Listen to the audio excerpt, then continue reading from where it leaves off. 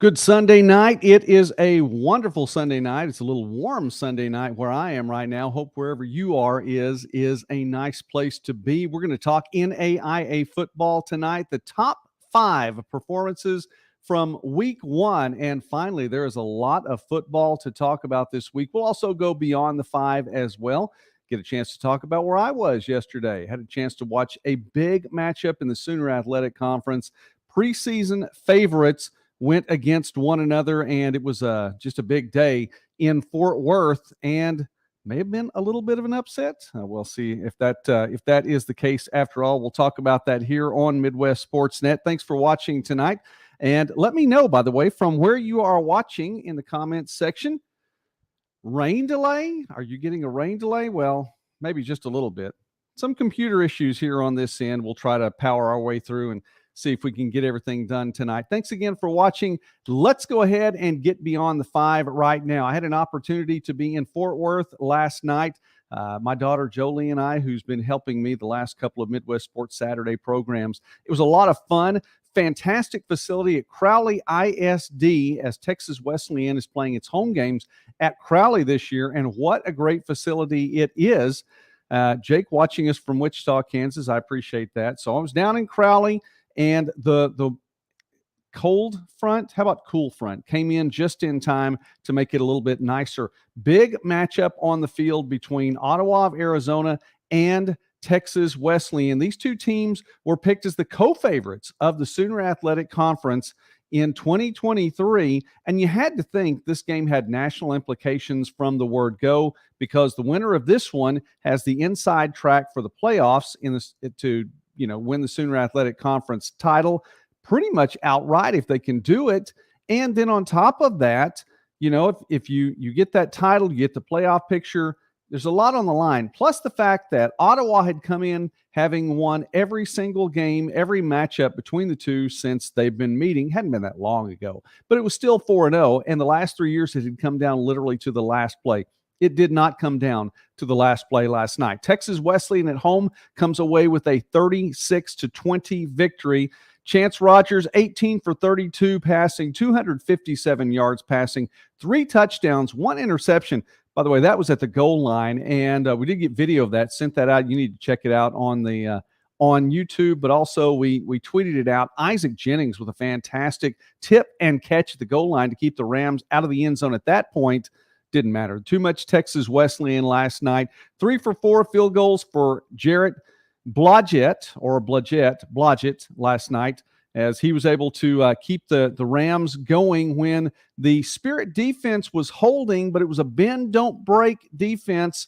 They gave up some points along the way, too. The Rams come away with that 36 points. A.J. Bob, 7 receptions, 128 yards receiving, 2 touchdown catches as well. A nice night for him. So we're going beyond the 5 right now and talking about that. We have a lot to talk about. Let's keep moving here. Bethel from Kansas gets a victory over St. Mary last night, 45-22.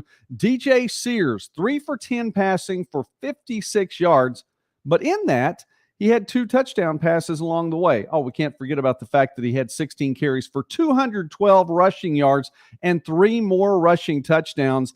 DJ Sears, a big night. Bethel goes to 2-0 on the season. How about Grandview, the Vikings? Who's going to succeed Johnny Sullivan in that quarterback position? Looks like it's going to be Jackson Waring right now. 11 of 19 passing, 117 passing yards, 1 passing touchdown, but he also did some damage on the ground as well. 11 carries, 72 yards, 2 rushing touchdowns for Waring, and the victory for Grandview, 24-7 over Mid-America Nazarene. Pioneers 1-1 now on the season, coming back home, having to face Grandview in the first game at home. So that's a look really north, the Heart North right there. How about from the Heart South? Or this is, I guess, crossover games. Baker, 36, Peru State, 17. Baker's Rashawn Graves, 18 carries, 120 yards rushing, 3 rushing touchdowns, and it was the first 3 rushing touchdowns of the game. Really got things going for Baker. It's pulled away early on. Friends, the Falcons are making some noise, and if you've watched this channel, I'm a fan of what the Falcons do, and I think Jake Redcorn may be a fan of what the Falcons do as well. We'll get to them right off the bat. 49-20, Friends over Ottawa. And now Friends 2-0 on the year. First 2-0 start in 15 years. Kavonte Baker with 9 carries for 133 rushing yards, 2 rushing touchdowns. And if you haven't seen the picture, you need to. We just retweeted this, by the way, the picture of Devontae Baker flying through the air, and he looks fantastic in that. So another big night for Baker. Of course, those 2 rushing touchdowns. Elias Pino, 8 carries, 101 yards rushing, 3 rushing touchdowns. Baker with the big night, 480 yards rushing for the team. Another 400-yard night. We'll put that up there from Jake. And just so you know, the Friends running attack is the real thing. This is a team that, I know this is going to sound a little bit weird, they could legitimately put up 5,000 yards rushing. Now, I know it would take some work. It would really be a little bit of a stretch, but 4,000 yards seems to be almost a given at this point in time. So we'll go from there. Going back to Bethel, let's talk about DJ Sears one more time. Continues to improve. Well, I guess he is proving a lot to the people around him, but has a ways to go, has more that he can do. So Bethel, this Kessinger division, these newly minted divisions in the KCAC right now, I have to say, I think the Kessinger division is a little bit stronger right now. I know that it was put together to go in the snake method of, strong records, 1, 2, 3, 4, 5, 6, 7, 8, and how it went down like that. The Kessinger division on paper right now looks to be the stronger of the 2 divisions. And I think that the numbers are backing it up. We'll get to that in just a little bit. But Friends, by the way, 2-0 on the year. Want to give a shout out to, let me see there, Chugapug 77. Watched Thomas yesterday. I never did get a final on that Thomas score. So can you tell me on that one? Because I saw that it had been finished, but I did not get the final. So can you give me a final from that Thomas score? I'd love to hear how they did in their first game as a program. So Thomas getting underway. So I don't have a number for Thomas right now. How about the Big Cat Classic? Florida Memorial and Edward Waters. These 2 rival teams and used to play a little bit more often. Florida Memorial, the NAIA. Edward Waters has moved on to Division II. Florida Memorial with a 38-24 victory. George Young for the Lions, 14 carries, 102 yards rushing, 1 rushing touchdown, 3 of 15 receiving, 2 receiving touchdowns as well. Lions over the Tigers in this one by 14. St. Thomas and the Bobcats, another one of those Big Cat teams from the state of Florida, playing a Division I team. How about this? 34-33, went to overtime. St. Thomas taking a play from the Kaiser playbook and scheduling up, come away with a loss, but it went into overtime, and it was St. Thomas missed point after in overtime that really cost them. But how about Rontavius Farmer? 32 carries, 232 rushing yards, 2 touchdowns. Big day for Rontavius Farmer. Tyquan Wiggins, 6 carries for 30 yards rushing, 2 more rushing touchdowns, including the touchdown in overtime. Just not quite enough against Division I Stetson as the Bobcats fall by 1. So Mama JC is putting a lot of different places in there. Drinking coffee tonight? Okay, that'll work. 34-6 Thomas, by the way, with the victory there. Thanks for that from Chugapug 77. So Thomas, and we've talked about this program, visited a little bit earlier about that. This is a program that is helping young men from our military transition back into normal life, and a way of doing that's playing some football and getting some camaraderie with folks around them. I think this is fantastic, and I'm just thrilled, absolutely thrilled for the fact that Thomas won that game. So Thomas gets a victory in its first ever contest. Thanks a lot for that score. We appreciate that. We like breaking news right here. Okay, more Beyond the 5 really quickly before we get to the 5. College of Idaho, 42-14, the final over Southern Oregon. Brock Richardson, 8 catches, 163 yards receiving, 1 receiving touchdown. How about Midland over Jamestown? Midland, another win. Garrison Beach, 24 of 28 passing. Let me slow that down again. 24 of 28 passing. That is almost 86% completion passing there, or completion percentage. 259 yards passing, 3 passing touchdowns, no interceptions in all of that. Big night for Midland, coming away with a GPAC victory. Let's go back to the Heart really quickly. And I had to look this one up to make sure that I was seeing the score right. I was seeing this last night in Fort Worth and check just to make sure the score was right. In Coach Mark Benavidez's debut as the head coach for the William Penn Statesmen, he does get the win, a 6-2 win over Missouri Baptist. Ethan Olivas with 2 field goals, one in the first quarter, one in the third quarter, proved to be enough, a 29-yarder and a 23-yarder there, and that was enough. Howard Huerta with 2 interceptions, including one as Missouri Baptist was trying to get in the end zone near the end. The two teams combined for 144 plays and managed to get 8 points. And realistically, even the Spartans' 2 points there, they do get the safety on the board, but it was a high snap on a punt deep in William Penn territory, goes out the back of the end zone. And so realistically, the Statesman responsible for all 8 points on that one. William Penn comes away with the win. Bluefield, 2-0 on the year now. Thomas Lee, the second leading receiver in the NAIA right now, 5 catches, 124 yards receiving, 1 receiving touchdown. He's averaging 172 yards receiving per game through his first 2 games. Rams over Campbellsville, 34-21, the final there. GPAC once again. How about Dort over Doane, 49-7 in this one. Lucas Huttinga had a fumble recovery and a 15-yard touchdown from that fumble recovery. He also had an interception. Dort's Chip Casey also took back a missed field goal, 60 yards for the score. How about that? So, and this, by the way, starts a little bit of a trend here as we're seeing not 1 but 2 defensive and or special teams touchdowns on the day from a number of these teams. Saw so many kick returns for touchdown, punt returns for touchdown, interception returns for touchdown, missed field goal return for touchdown there, fumble return for a touchdown. Lots of that going on yesterday. Maybe one of your team had something like that. By the way, let us know from where you are watching tonight. Appreciate everyone watching tonight on the live version of the show. And hey, even if you're watching this on the replay, let us know in the comments section from where you are watching tonight.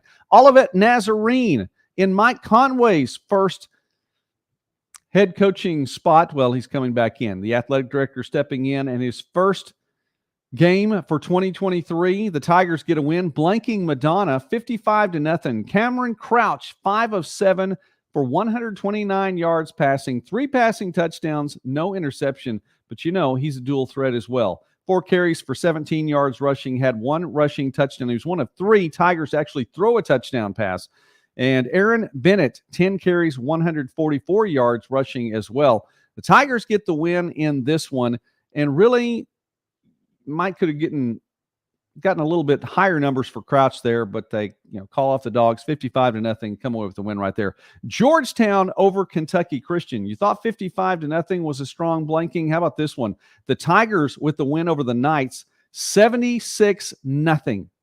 Georgetown with the victory. And here is along that same line again. 2 interceptions returned for touchdowns. Peyton Standifer and Chad Hollerman, 37 yards, 36 yards out, respectively. Let's go back to the KCAC as we wind up our Beyond the 5 right here. Southwestern over Avila, 90 points scored in this one, and the Mound Builders come away with a 49-41 victory over the Eagles.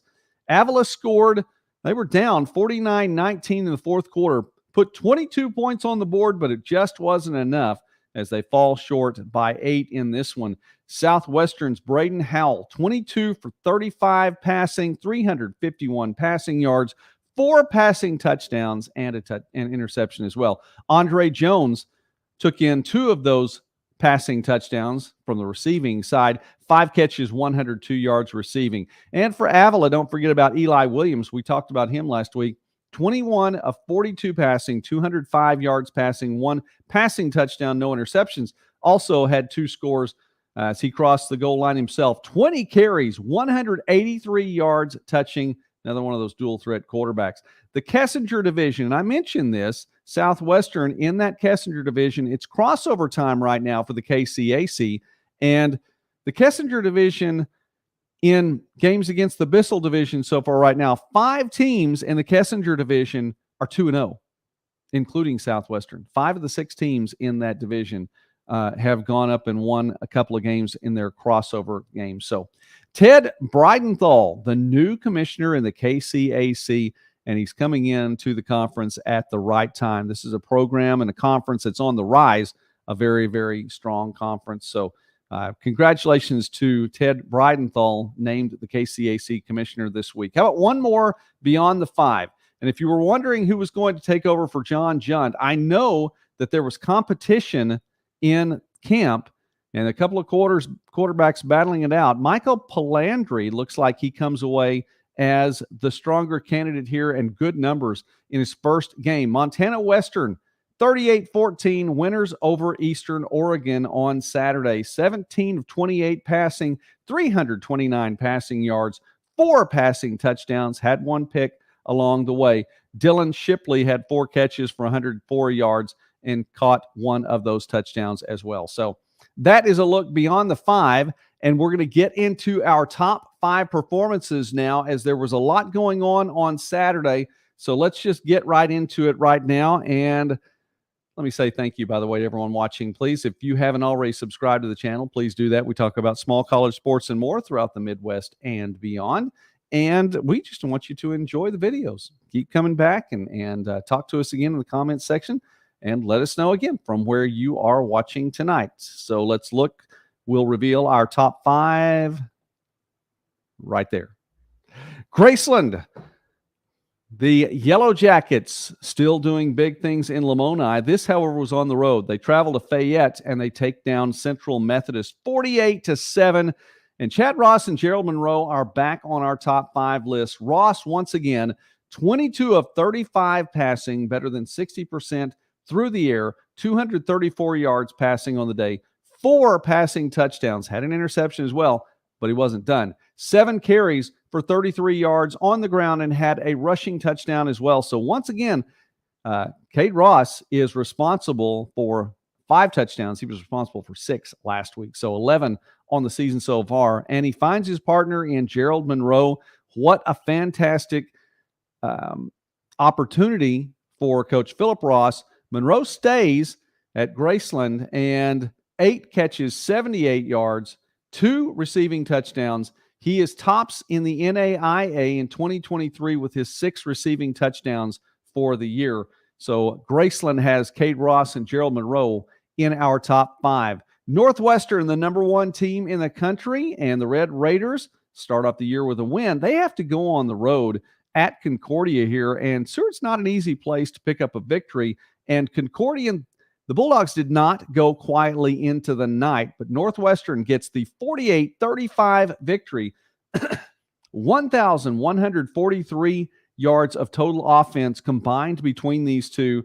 And Connor McQuillan has a big day. 19 carries, 252 yards rushing on the day, 2 rushing touchdowns, and he passes the 2,500-yard mark for his career as a running back at Northwestern. 2,500 plus now rushing yards for his career. Jalen Gramstad opens the season well. 20 of 25 passing, 227 yards, 80% passing for the day. 3 passing touchdowns and 1 interception.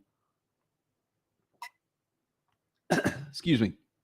Michael Story caught 3 of those touchdown passes, all 3 of them, as a matter of fact. 11 catches, 159 yards receiving. Now, we can't go through this story, though, and not say what Concordia did. A big day for DJ McGarvey. And we mentioned at the start of the year or during the summer that we thought McGarvey was going to have a good year, and he has started things out right.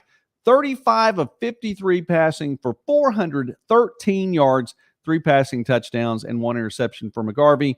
But Northwestern, the victors in this one, they start the season 1-0. McQuillan and Story in our top 5 list. Let's move on along, and we will go into the state of Kansas. Atchison, as Benedictine comes away with a 63-14 victory over Clark yesterday. And I don't know if you know, in our house, of course, my name's Joey. My wife is Jody. We have children, JC, Jenna, Jayla, Jolie, and Jake. So the Jays are prominent in this household. Apparently, they're prominent at Benedictine as well. Jackson Dooley, big day for him. Better than 75% passing. Completes 13 of 17 passes for 304 yards on the day. 5 passing touchdowns, no picks on the day for Jackson Dooley. And among his receivers, Jacob Gathright there. We're continuing with that J theme there. 4 catches, 109 yards, had a receiving touchdown. Jayshon Todd as well. There's that J theme a little bit more. So watch that for Benedictine. Keep up with that. 4 catches, 94 yards, 1 receiving touchdown. Dooley, though, with 5 passing touchdowns, no interceptions, and passes the 300-yard mark on the day. McPherson, let's move on along, and Tristan Zabo had a big day. McPherson was down 31-20 in the fourth quarter. Zabo comes back with 2 touchdown passes and 14 points on the board. McPherson comes back, takes down Sterling, another one of those Kessinger Division teams, one of those 5 that is 2-0 on the season now. McPherson was picked 5th in the preseason coaches poll in the Kessinger Division, and the Bulldogs have been on the outside looking in at the top spot there in the conference and really trying to make some noise here. We'll see how they do. Again, a very, very tough division. But Zabo, 18 of 35 passing, 203 passing yards on the day, 3 passing touchdowns. He had 9 carries for 28 yards rushing, 1 rushing touchdown. But wait, he's not done. He has passing touchdowns. He has rushing touchdowns. Let's give him a receiving touchdown as well. 1 catch, 8 yards, a receiving touchdown. Tristan Zabo with 5 touchdowns on the day, 3 passing, 1 rushing, 1 receiving. That's the trifecta right there with the passing, rushing, and receiving touchdown. Tristan Zabo, big, big day. And on defense, Marquise Willoughby with 10 tackles for McPherson. 4 of those were tackles for loss. So a big day for McPherson. Again, they go 2-0, 14 points in the fourth quarter. Zabo touchdown passes, 34-31 the final over Sterling. One more, and I almost put as the people with the top performances, Mr. and Mrs. Tumulty on this one, because it was a family affair for St. Francis. 63-0, the Saints take down Waldorf yesterday, and it starts and it ends with Sam Tumulty, Scott Tumulty, Joey Tumulty. Sam to Scott, a first touchdown of the day, a 10-yard pass in for the score. So Scott Tumulty has 1 reception, 1 receiving touchdown. Oh, by the way, I had 1 carry. That was for 38 yards too. Then Sam Tumulty runs in a touchdown. Second score of the day. Third score of the day, we've already done 2 Tumulties. How about the new one in on the team, the freshman Joey Tumulty, 4 catches, 54 yards receiving on the day, and the first of his 2 receiving touchdowns. So it was 1, 2, and 3. Tumulty with, I'm sorry if I mispronounced that, Tumulty with the score there all the way through. So it was Scott, then Sam, then Joey Tumulty in for the scores, and it was Sam Tumulty all day long. 18 passes completed of 20. 18 of 20 for 191 yards. Big, big day. And that may actually, my computer is glitching just a little bit, but 191 yards, 4 passing touchdowns on the day. No picks. Solid day. 15 carries, 139 yards rushing on the day. 4 rushing touchdowns. Sam Tumulty is responsible for 8 touchdowns on the day. Fantastic, fantastic day for him. And you have to think, he had 18 rushing touchdowns for the Saints back in 2022 last year, has 4 already.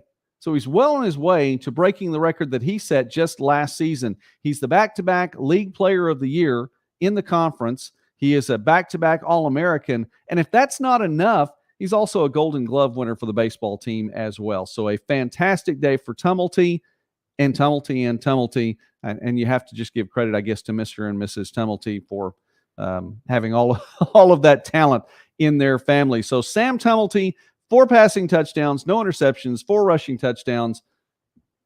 Big day for St. Francis. They blank Waldorf 63-0. So that's a look at our top 5. Did you agree? Let us know in the comments section if you did. We'd love to find out what you think about that. And I think these were pretty strong performances all the way around on the day. So let us know what you think. And please continue to watch the channel here, Midwest Sports Net, where we talk about small college sports and more throughout the Midwest and beyond. Now, we do really quick programming note for this week. We cover NAIA sports, but we also cover Division II sports and Midwest Sports Saturday. This Saturday will be in Durant, Oklahoma, as Southeastern, the Savage Storm, will be hosting the Henderson State Reddies in football on Saturday. Our coverage will start in the afternoon, and I invite you to please watch that program. We would love to have you in on that. We'll have coverage throughout the evening between the Storm and the Reddies. Shots along the way, video along the way, and then we'll wrap things up from Durant after that game is over. Lots more here to follow. I want to say thanks to everyone for following along here. And Chug-a-Pug, appreciate the final score there. We'll learn more about the Thomas Nighthawks as we continue here on the channel. But just a shout out to everyone watching. Thanks to you all for watching tonight. I appreciate that. In the meantime, God bless you. Have a great evening, and we'll be back with more volleyball, football talk over the course of this next week. Have a good night.